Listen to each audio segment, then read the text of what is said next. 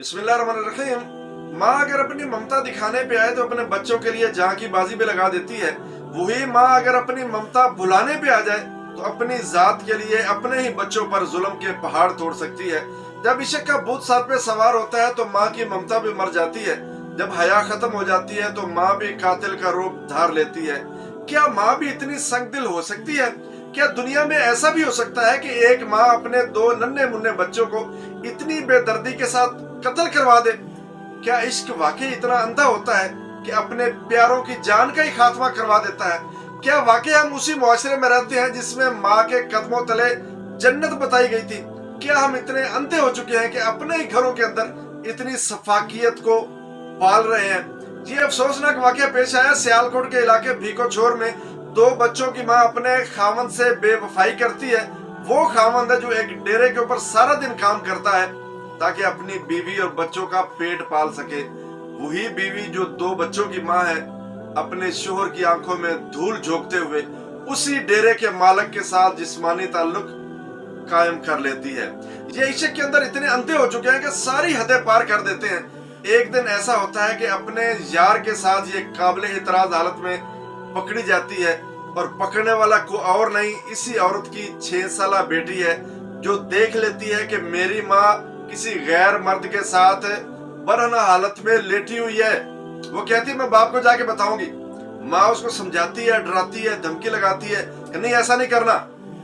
बेटी खामोश हो जाती है, लेकिन खतरा फिर भी मौजूद रहता है कि किसी वक्त भी बेटी ने अगर जुबान खोल दी तो हमारा बेड़ा गर्क हो जाएगा। ये इश्क के अंदर अंधी औरत अपनी जिस्मानी लज्जत हासिल करने के लिए, जिनसी तस्कीन के लिए अपनी ही बेटी को रास्ते से हटाने का फैसला करती है और ये जिम्मेदारी सौंपती है अपने यार को कि मेरी 6 साला बेटी को कत्ल कर दिया जाए। आगे वाला मंजर इतना दर्दनाक है, दिल दहल जाए, आंखें अश्कबार हो जाती हैं, रूह कांप उठती है।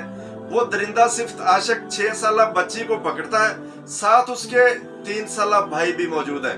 कब्रिस्तान में ले जाता है। कब्रिस्तान में जाके ऐसी जुल्म की दास्तां रकम की जाती है कि कानों को हाथ लगाने को दिल करता है।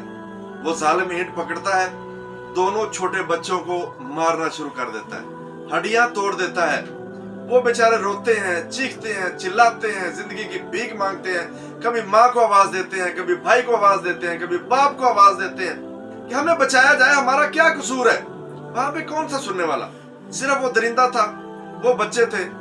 उसी जुल्म को सहते सहते वो अपने रब के पास पहुंच जाते हैं, अपनी जाने आफरी के सुपुर्द कर देते हैं। इसी पे बस नहीं, वो इतनी संगदिल औरत है जो अपने इश्क के अंदर इतनी अंधी हो चुकी थी, दोबारा फिर वो नाटक शुरू कर देती है। लोगों के अंदर जाके ये झूठा रोना शुरू कर देती है कि मेरे बच्चों को किसी ने कत्ल कर दिया है, बड़ा जुल्म किया है, फलां कर दिया, फलां कर दिया है। जो औरत अपने खामद के साथ बेवफाई करे, खानदान की इज्जत को बर्बाद करे, अपने ही छोटे छोटे बच्चों की कातिल बन जाए, उस औरत के साथ क्या होना चाहिए? अगर इस तरह की औरतों के खिलाफ कोई मर्द खड़ा हो जाता है, बेटा को कदम उठा लेता है, खामद खड़ा हो जाता है, भाई को कदम उठा लेता है, बाप को कदम उठा लेता है, तो सारे हमदर्दी में खड़े हो जाते हैं कि औरत के ऊपर बड़ा जुल्म हो गया भी। हालांकि ऐसा नहीं होना चाहिए। मावराए अदालत कत्ल बिल्कुल नहीं होना चाहिए, किसी की जान का खात्मा नहीं लेना चाहिए। कानून के मुताबिक सब कुछ होना चाहिए, हर चीज कानून के हवाले करनी चाहिए। लेकिन यहाँ पे थोड़ा सा कानून को भी फिर सोचना होगा ना कि इन जालिमों को करार वाकई सजा देनी चाहिए। जब कानून इन जैसे लोगों को छोड़ देता है कि जब आप दोबारा जुल्म का बाजार गर्म करो, तो फिर मजबूरन ये लोग ये कदम उठाने के ऊपर तैयार हो जाते हैं कि हमने अगर अदालतों के अंदर भेजा, पुलिस के पास केस गया, कानून के पास गया, कुछ नहीं होने वाला, इसी तरह हमारी इज्जत की बर्बादी होती रहेगी।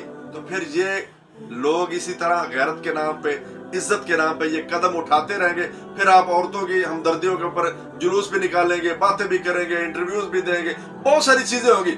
अगर हमने इन सारी चीजों का क्लोज अप करना है तो फिर हमें इन जालिमों को कानून के मुताबिक सजा भी देनी होगी।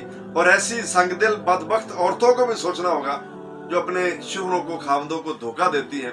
जो खामद सारा दिन बाहर मेहनत करता है सिर्फ इसलिए कि घर में बैठी हुई मेरी बीवी आराम से खा सके, मेरे बच्चे आराम से खा सके, वो औरत अपने उसी शोहर को धोखा दे और किसी और मर्द के साथ जाके लेटना शुरू कर दे, तो ये भी तो इंसाफ नहीं है। ऐसी औरतों को भी थोड़ा अकल करनी चाहिए, इस्लाम को फॉलो करना चाहिए। और हमें बहसीयत मुसलमान اپنی اولاد کی تربیت اس ناج پہ کرنی چاہیے کہ ہم کوئی غلط قدم اٹھانے سے پہلے 1000 بار سوچیں کہ اس کا نتیجہ میرے حق میں ہوگا یا میرے خلاف ہوگا. اگر میرے خلاف ہے تو پھر مجھے یہ قدم نہیں اٹھانا چاہیے. اسلام کو فالو کریں گے تو کامیابی ملے گی.